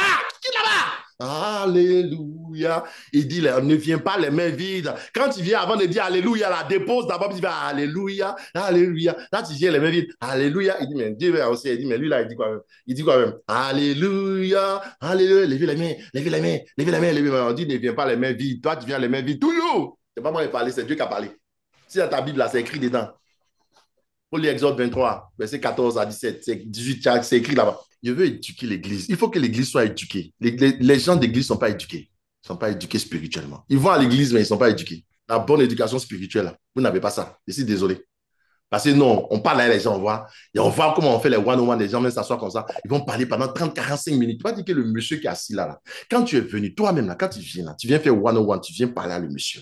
Même s'il ne t'a pas dit qu'il faut faire offrande, quand même, toi tu es venu quand même, tu dis, tu es tellement rempli du Saint-Esprit que ça déborde. Tu ne sais pas que tu viens dans un endroit sacré, consulter un homme de Dieu, tu dois faire une offrande. On a besoin de dire ça aussi. Est-ce qu'on doit aussi te dire ça?